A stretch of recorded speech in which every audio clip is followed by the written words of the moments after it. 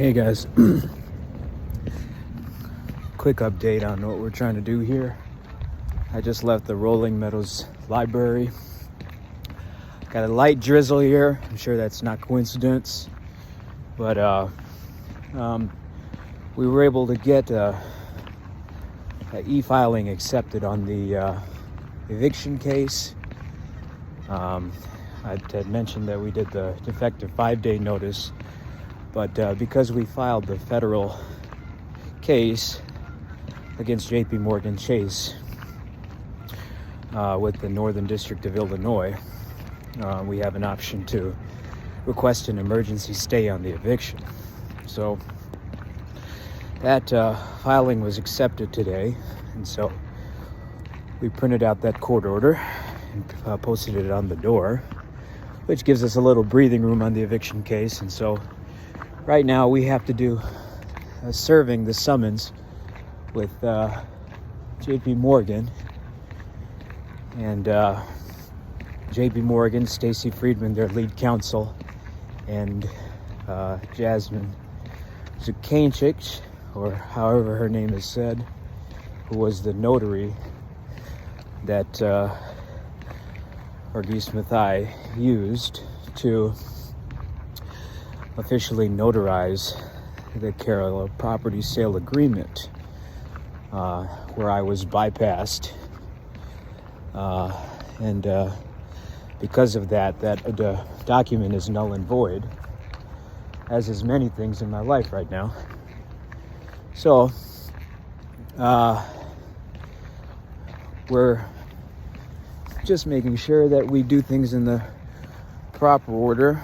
So I'm walking. I don't have a vehicle. Remember, it was towed by the Pogorzelskis. For those of you that don't know, I was at Premier Fitness Solutions, owned by Karina and Jamie Philippi. And as I do with every business partner, including my father, I always go in with good faith. And I always go in, back from my days in PhysioFit, even with Ray Edwards, Brandon Paraway at Sweat Wellness and Nutrition, Sweat Boxing and Training, Mike Callahan, Jimmy Campbell, Brett Fontenot, all of the owners of any establishment that I've ever been a part of, even as a independent contractor or as a partner. I was partnered up briefly with Joey Ewick at PhysioFit during the COVID time and helped to digitize a lot of his golf instruction and training methodology. And I paraphrased some of that as a source in the same way that Tom Myers did with Ida Rolf with regards to anatomy trains. And that's what Texas Movement Performance is. So I took that Texas Movement Performance methodology after moving back to the Illinois area, found Premier Fitness Solutions in Algonquin, very close to our Gilbert's home, where we've been for 20 years, while my parents were at Judson University. And I tried to restart Texas Movement Performance as I was building Hero by Texas Movement and Texas Movement Media. So as you can see, I've got the Hero jacket, a canvas jacket on right now, which I'm very grateful for. And I'm rocking the green horns right now. So, and this will be a Texas Movement Media update. So we're just walking the trail here towards the Cook County Courthouse, where there should be a sheriff that can help serve the documents that I have printed out that were accepted or received by the Northern District of Illinois. Now I'm filing as what they call a pro se litigant or plaintiff, which means I'm not using an attorney, I'm using myself, with the significant assistance of artificial intelligence platforms and any independent research I can find. Sometimes when you have to solve these problems, you have to get a little creative, and you have to be a little bit tenacious and persistent, just so people know that, if they're going to pick a fight with you, hello, Jeff, if they're going to pick a fight with you, it's going to be the only fight that you ever have. So we'll pause for now. I want to make sure I'm going in the right direction. But I just wanted to keep updating you guys, and we'll give a post update once we get this taken care of. Hopefully all goes well. See you soon. Coming up on the backyard of the courthouse. Took a little bit of a shortcut through the neighborhood. Haven't been here before, so I hope we can get through. But if not, we'll just take that kind of side road that goes that way. Hopefully this works and we can find the right office and get these summons sent out, and then that will start a 21-day clock for JP Morgan Chase. As we said, we're doing JP Morgan Chase as a whole, and Stacy Friedman, their lead counsel, and then also Jasmine Zukanich, that is the notary. So it looks like we may be coming up on a fence here. I'll check it out, and if not, we'll go the long way, but we may be able to skate by on this one, so I'll let you know. So we're definitely fenced in on this side, so we're gonna loop back around this way. It may take us another 10-15 minutes, but the point is, if we can get there before 6, we can at least attempt it. Worst case scenario, we do it tomorrow, and then just keep trying to stay the eviction so that we can make sure that their clock runs out before ours. So may the best man win. That's how life goes, boys. Okay, we're back on the main road, St. James Street. Gonna try to come back around to the front of the courthouse. Okay, finally coming up onto the entrance here. So we got a haul ass. We got about 10 minutes left. Hopefully we don't lose this on a technicality, but at least we know how to get here now, so that's good. Worst case scenario, we figure it out tomorrow, but I may have to go around the long way. Here's the authorized vehicles only, so we're at the back, so we'll just take this path here, get to the front, and we'll see what happens. I'll update you shortly, guys. Thank you very much for the support. Here we are. I got a script ready, so we'll make sure that we can give this a try and go from there. Those doors were locked, so we're probably gonna have to go over here somewhere. I'm not sure what to do. Let's get back on this sidewalk.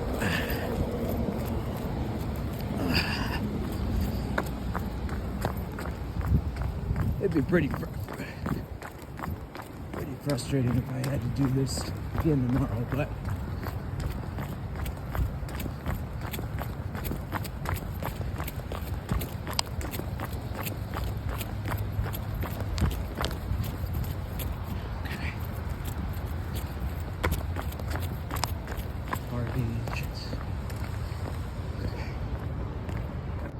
okay, I think this might be the main door. Let's try this.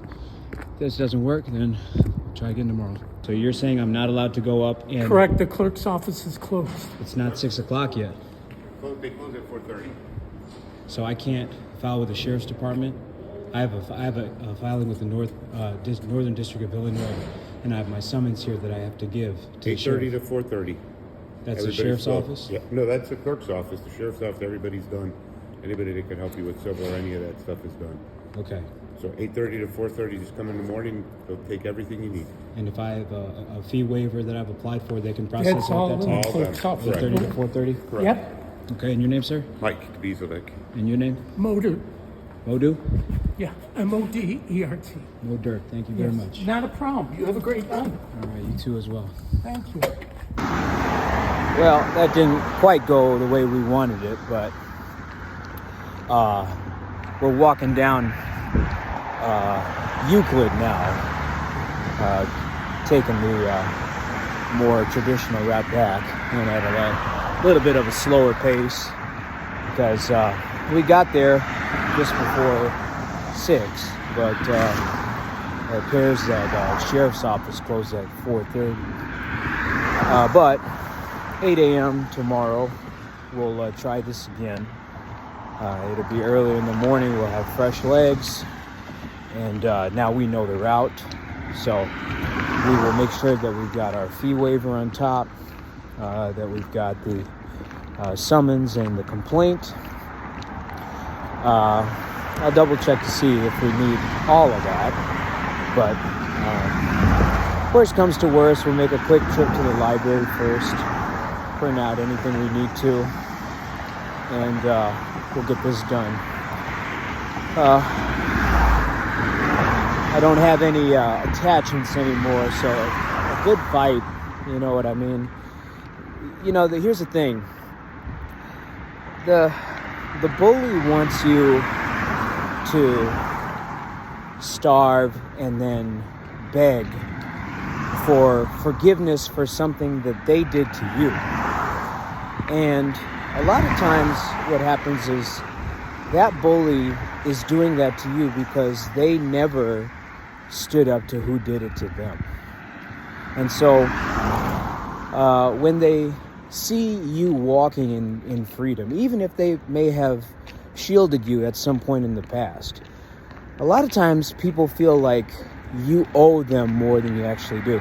And if you take a good audit of my life, young kids, I want you to research the gossip, okay?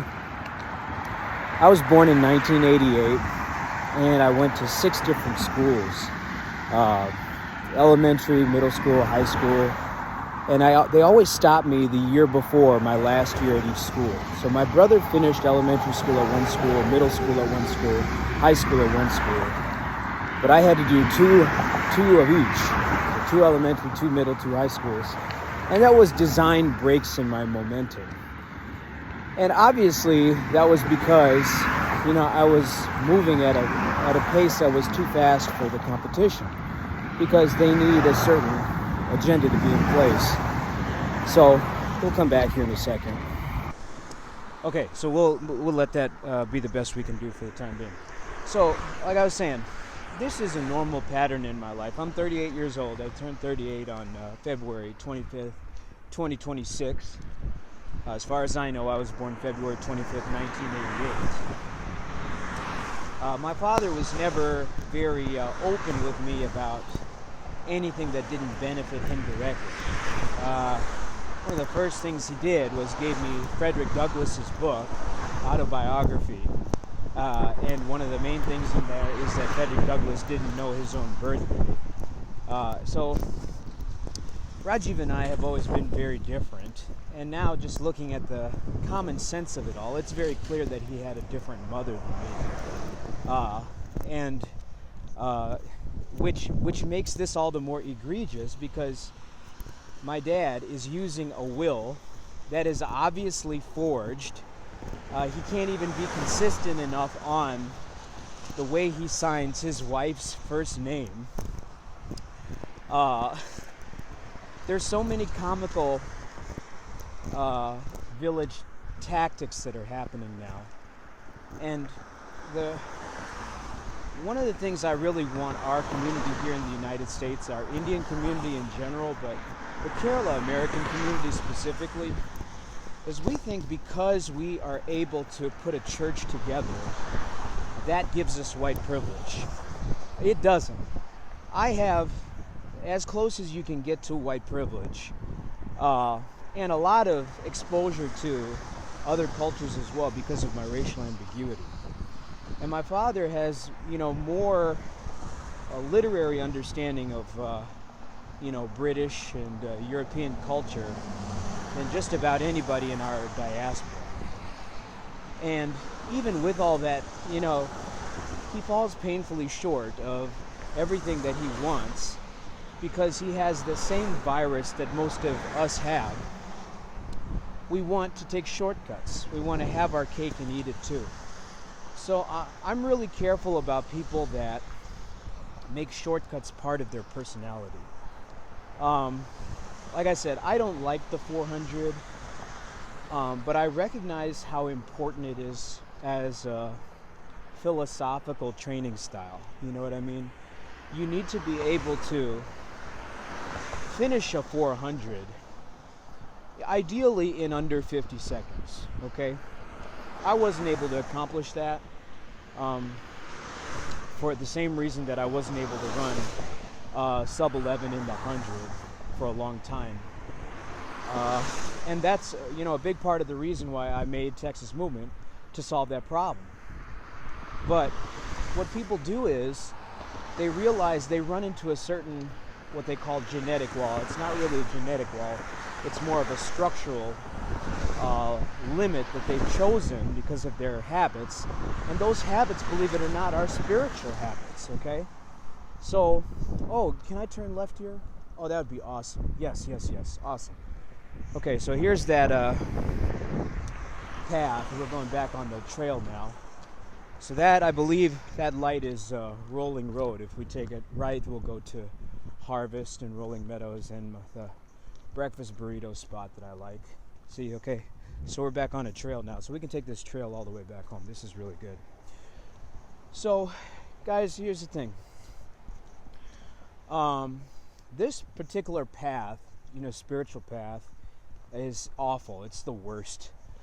But I would rather be comfortable,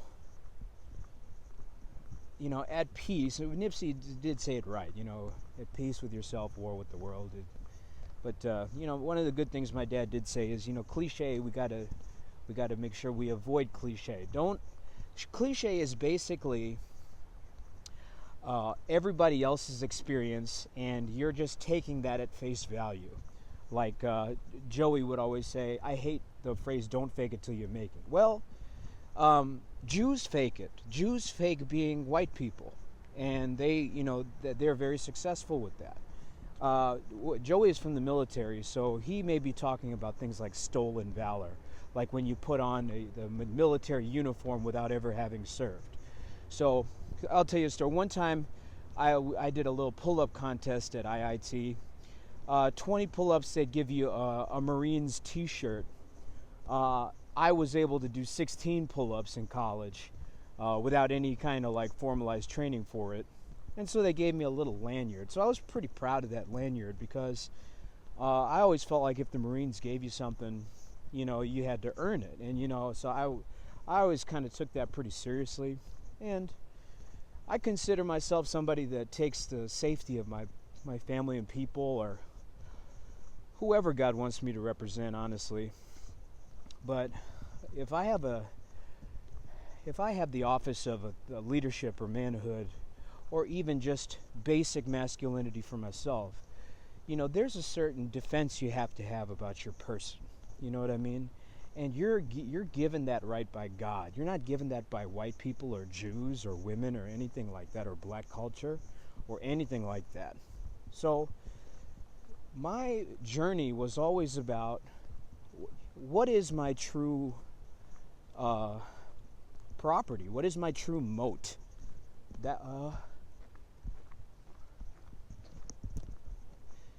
What are the boundaries of my person, And so my life has just been trying to figure that out. My problem with my father has always been, he wanted me to be the whiteness that he could never experience. Because when you're born in 1949 in southern India, where many people are dark-skinned and it's a very colorist society, and then you come to America to do your studies in the South in the late 70s, early 80s, in Texas, you're only going to get opportunities at historically black institutions. And the African American community has been so raped in this country that they aren't able to rely upon academics as their strength as the Kerala community did. But that's also because we were castrated physically, not in the same way that slaves were, because we were never bred for sexuality. We were bred for obedience and servitude in a very similar way that the East Asians were, So we kind of have a double whammy when you're South Indian, because you have the colorism mixed in with the Hindu caste system, and then also kind of the undersized East Asian conservative physicality. So your only real options are your academics and your literacy. And then if you have a faith background, your faith background. So what happens is our community gets really, really high and mighty when it comes to spirituality and literacy. But again, because of our fear, because we don't pursue combat properly, we stick to Sunday school scripts. And that's one of the biggest problems I had with both my dad and my brother, is that, faith without works is dead. And if you can't stand up for what's right when it's happening to other people, you can't expect anybody to stand up for you when the time comes. So, at every opportunity that my dad had to publicly leave me hanging out to dry, he did. And I told you about, first day of football practice junior year when my brother was a senior. My brother wanted to play football and never wanted to do the work to do it properly. He wanted to play baseball and,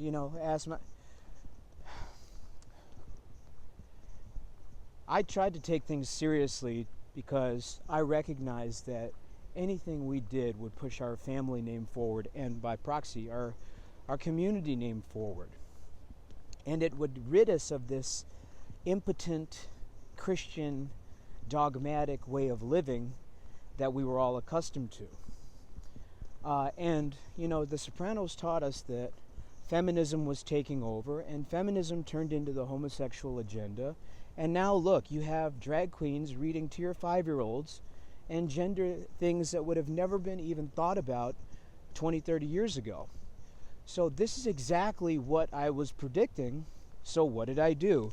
Hero, what is the symbol for it? Right? The alpha, because it's not that I'm a big gorilla or anything like that, but you need to know the basic metrics of masculinity, and that starts with your internal character, your deepest internal character, your spirituality. And that doesn't mean you have to memorize a bunch of verses, but you need to have an idea. Look at this. Did you make any of this? Could you make a place like this? Could you build that firmament yourself with something on the AI or the internet? No, you couldn't. That comes from God. So to try to say that you're smarter than God is retarded. To try to put God in a little bit of itty-bitty box like that and assume that you can outthink God, that's the reason why these suburbs are so terrible to live around. Nobody wants to live here because what people preach and what people do is totally different things. I'm coming here trying to overcome starvation, and every area that I go to, including, I'll show you the video, including this place, they're intentionally, deliberately unhelpful because they think that this place belongs to them, as if they earned it. And then they'll preach to you that we worked hard, we pulled ourselves up by our bootstraps, and we earned the place. But Illinois is notorious for being the place of the most real estate theft. And the Polish community is basically a mafia out here. And the Prime Minister of Israel is a Polish person, Maluski. And so all these agencies are working in tandem to destroy our lives. But we cannot succumb to those types of things because they did not create us. They bullied their way into these positions using blackmail. So like I told you, you've seen pictures of my, personal life.